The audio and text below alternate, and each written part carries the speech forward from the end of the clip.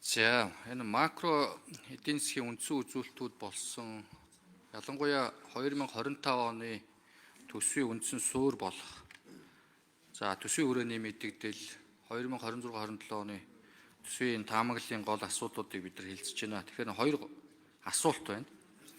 За нэгт би энэ төсвийн доктортой байдлын зөвлөлөөс асуумаар байна.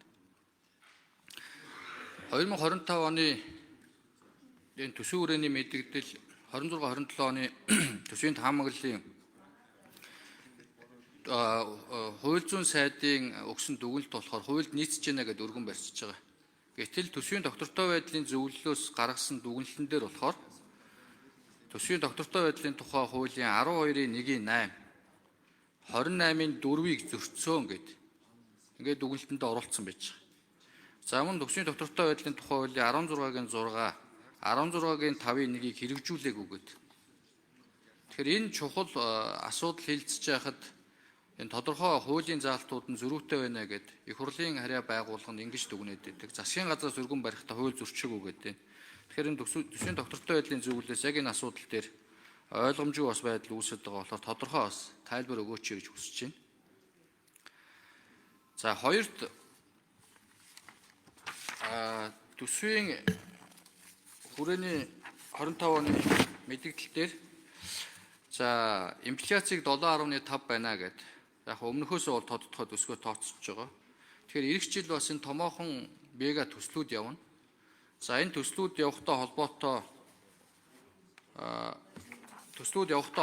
бас зах зээл дээр тодорхой бүтээгдэхүүнүүдийн тухайлбал одоо 1000 км зам барина гэж тавьчихсан байж байгаа. Том бүтээн байгуулалтын ажлууд явна гэж байгаа. Тэгэхээр дизель түлшний хэрэглээ жишээлбэл огцом нэмэгдэнэ. Тэгэхээр энэ эрчим хүчний сайдаас асуумаар байна л да.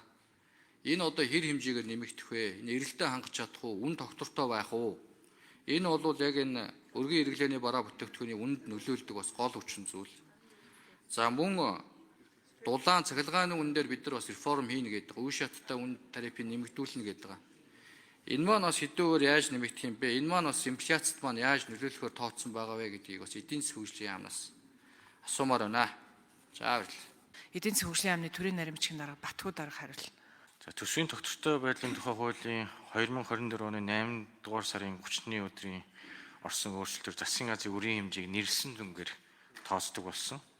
Энэ өөрчлөлтөөр засгийн газрын үрийн нэрэлсэн дүнгээр илэрхийлсэн үлдэгдлийг 2025 онд 55%, 26 онд 50%, 27 онд 45%-тай байхаар тооцсон төсвийн доктортой байдлын тухай хуулийн 19 дугаар зүйл заасан 2025 оны төсвийн жилээс эхлэн засгийн газрын үрийн нэрэлсэн дүнгээр илэрхийлсэн үлдэгдэл 60%-аас хэцүүлэхгүй гэсэн хуулийн шаардлыг хангаж байгаа. За инфляцтай холбоотой асуудал дээр 2024 оноос эхлээд эрчим хүчний либералчлалыг эхлүүлэхээр засгийн газар зорилго тавиад ажиллаж байгаа. За энэний хүрээнд бас тухайлбал цахилгаан дулааны тариф нэмэгдэх асуудлын тооцоолоод хувилбарууд хийгдээд явж байгаа. За энэ нийт бол нэг 2 жил дамнаад 2 орчим хувийн 1% инфляцийн нөлөөлөл байгаа гэж үзэж байгаа. Шууд бусаар. Энэ нь бол бас дулаан цахилгааны тарифын нэмэгдлийнхаа хувилбараас шалтгаалаад хэдэн хувиар гарч болохоор байгаа. Биднээс бол ер нь эх оны төсвийн инфляцийн төсөөллийг 7.5 гэж гаргахдаа энэ инфляцийн гарч болцсохгүй нэмэгдлийг бас тооцож оруулсан байгаа. Энэ төсвийн доктортой байдлын зөвлөлийн гаргасан дүгнэлтэн дээр тодорхой хуулийн зарлтуудыг зөрчсөн бас хэрэгжүүлээгүй байна гэд тусгацсан байгаа даа. Засгийн газраас өргөн барихтаа хууль зүйн сайд нь болохоор хуульд нийцэж гэнэ гэдэг өргөн барьцсан. Их хурлын харьяа байгууллага нь ингээд дүгнчээд байгаа болохоор энэ ойлгомжгүй байдал дээр нэг тодорхой хариулт өгөөч. Төсвийн доктортой байдлын зөвлөлөөс яг тэр хуулийн тодорхой залтуудыг би сая дурдлаа шүү дээ. 4 залт байгаа. Тухайлбал яг зөрчсөн гэдэг байгаа нь 12-1-8 28-ын 4-2-ыг зөрчсөн гэд энэ дээр бичсэн байна шүү дээ. 16-гийн 6 16-гийн 5-1-ийг хэрэгжүүлээгүй гэд. Яг энэ дээр төсвийн доктортой байдлын зөвлөлөөс тодорхой хариулт өгөөч. За энэ дээр тухайлбал өргөн баригдсан хуулийн төслийн 9 үзүүлэлтийн 8 дугаар үзүүлэлт дээр засгийн газрын үрийн нийт хэмжээ дээд түвшнэр гэсэн байгаа. Төсвийн доктортой байдлын тухай хуулинд бол дээд түвшнэр гэсэн агуулга байхгүй. Тэр өрийг тоочны өгөх ёстой. Эдийн засгийн хөгжлийн яамд дээд түвшнэр оруулж ирсэн. Түрүүчийн Баярмаа гишүүний асуугаад байгаа төсвийн төсөл дээр гараад байгаа суурь зарлага болон энэ дээр байгаа суурь зарлагын хоорондын зөрөө юунаас үүсэж байгаа гэхээр эндээс үүсэлтэй байна. Эдийн засгийн хөгжлийн яамд дээд түвшнэр гэж тооцоо хийгээд өгчихсөн. Тэрнээс болоод өрөө илүү их үр хассан гэсэн үг.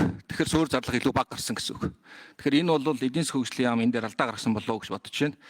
За дараа нь дахиад доктортой байдлын тухай хууль 12-ын 3-т бол дунд хугацааны төсвийн хүрээний мэдээлэл нь дараах агуулгатай гэдэг дотроо ямар байх вэ гэдгийг тоочны заагаад өгсөн байна. Гэтэл бидэнд ирсэн бичиг баримт бол ердөө 19 хуудас. Тэгээд энэ дээр бол тодорхой агуулгууд огт байхгүй. Макро эдийн засгийн доктортой байдал төсвийн бодлогын нөлөөллийн талаар хийсэн дүн шинжилгээ. Макро эдийн засгийн төлөв. За энэ төсвийн хүрээний өмнөх мэдээллүүд төсвийн төсөөллийн хуулиудаа та нар хараарай. Ер нь бол сүүлийн жилүүдэд энэ төсвийн хүрээний мэдээлэл батлахдаа одоо саяны хүний хэлдэг энэ засгийн газрын өрийн нийт хэмжээ гэдгээ дандаа дээд хэмжээгээр аваа явцсан юм бэлээ. Ийм л юм бэлээ шүү дээ. Тэгэл энэ жил адилхан тэгэл орж ирж байгаа. Одоо та нар ингээд яамаар тоглож болохгүй. Засгийн газар бол нэгдмэл байр суурьтай байд юм аа. Ерөөсөө Монголын парламентын өнөөдөр хийжсэн хамгийн том алдаа юу вэ гэхээр яамаар нь салгаж бодлогын мэтгэлцээн рүү оруулдаг. Эдийн засаг хөгжлийн яам, сангийн яам хоёр бол хоёр тусдаа бүтэц бишээ. Засгийн газар гэж Монгол улсад нэг л байгууллага байна. Энэ засгийн газар л өргөн барьдаг. Энэ засгийн газар л их хурлд ажиллаад тайлгнадаг.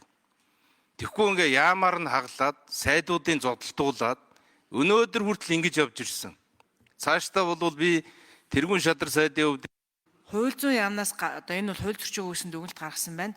Тэгсэн төсвийн доктортой байдлын зөвлөл болохоор өөр дүгнэлт гаргасан байна гэж ганц зэрэг гишүүн тодруулъя. За энэ төсвийн өргөн барихтаа бол хуульд нийцэж гинэ гэдэг хууль зүйн сайд нь бичээд гарын сураад өргөн барьчихж байгаа шүү дээ. Тэгээд дараа нь төсвийн доктортой байдлын зөвлөлийн дүгнэлтэн дээр чи маш тодорхой бичсэн ба шүү дээ. Би сая заалтуудыг уншлаа. 2 заалт өртсөн. 2 заалтыг бас хэрэгжүүлээг үгээд. Тэгээ ингээ хоёр зөрүүтэй юм чинь их хурлын гишүүд ойлгомжгүй байдал үүсгээд байна шүү дээ. Энэ дээр нэг тодорхой хариулт өгөөч. Ялангуяа энэ хууль зөрчсөн гэж дүгнээд байгаа төсвийн доктортой байдлын зөвлөлд тайлбар өгвөл зохимжтой болов гэж бодож байгаа. Хоёр төрөө нөгөө эрчим хүчний сайдаас дизель түлшний үн инфляцид яаж нөлөөлөх, эх жилүүдэд энэ том бүтээн байгуулалтууд явахтай холбоотой эрэлт нэмэгдэн, нөөц, эрэлт нийлүүлэлт яаж зохицуулах, үн ямар авах вэ гэдэг дээр бас хариу өгсөнгүй.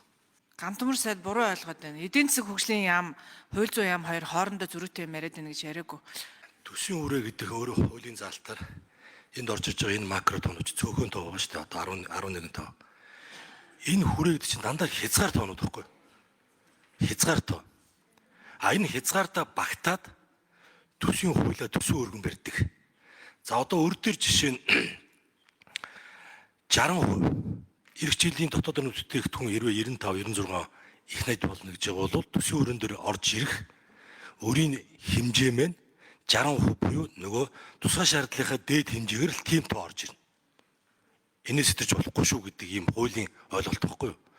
Бид төсвийн өргөн барихтаа тэр 60 дотроо бариад засгийн газрын өөрийнхөө их хурлаас гаргасан дунд хугацааны стратегийн бодлогоор тэр даалгаврынхаа дагуу одоо багтааж оруулж ирнэ.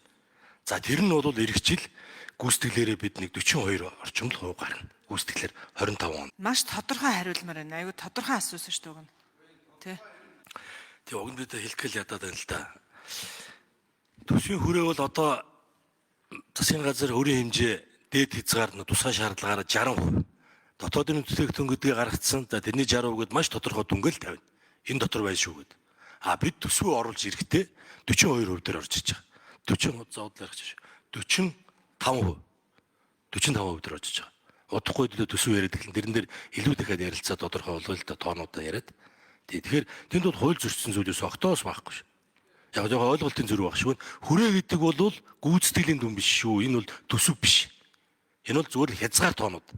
Зүгээр ч яах вэ? Энэ дотор байна шүү, энэ дотор амьдрын шүү, энэ дотор төлөвлөн шүү гэдэг л ийм хязгаарууд юм байна. За хууль тайлбарлах эрх бол бидэнд байхгүй. Хуулийн дээр бичигдсэн байдлаар бол дээд хэмжээ гэдэг үг бол хуулийн дээр байхгүй. Өмнө батлагдсан төсвийн хүрээний мэдээллүүд дээр ч гэсэн энэ байхгүй.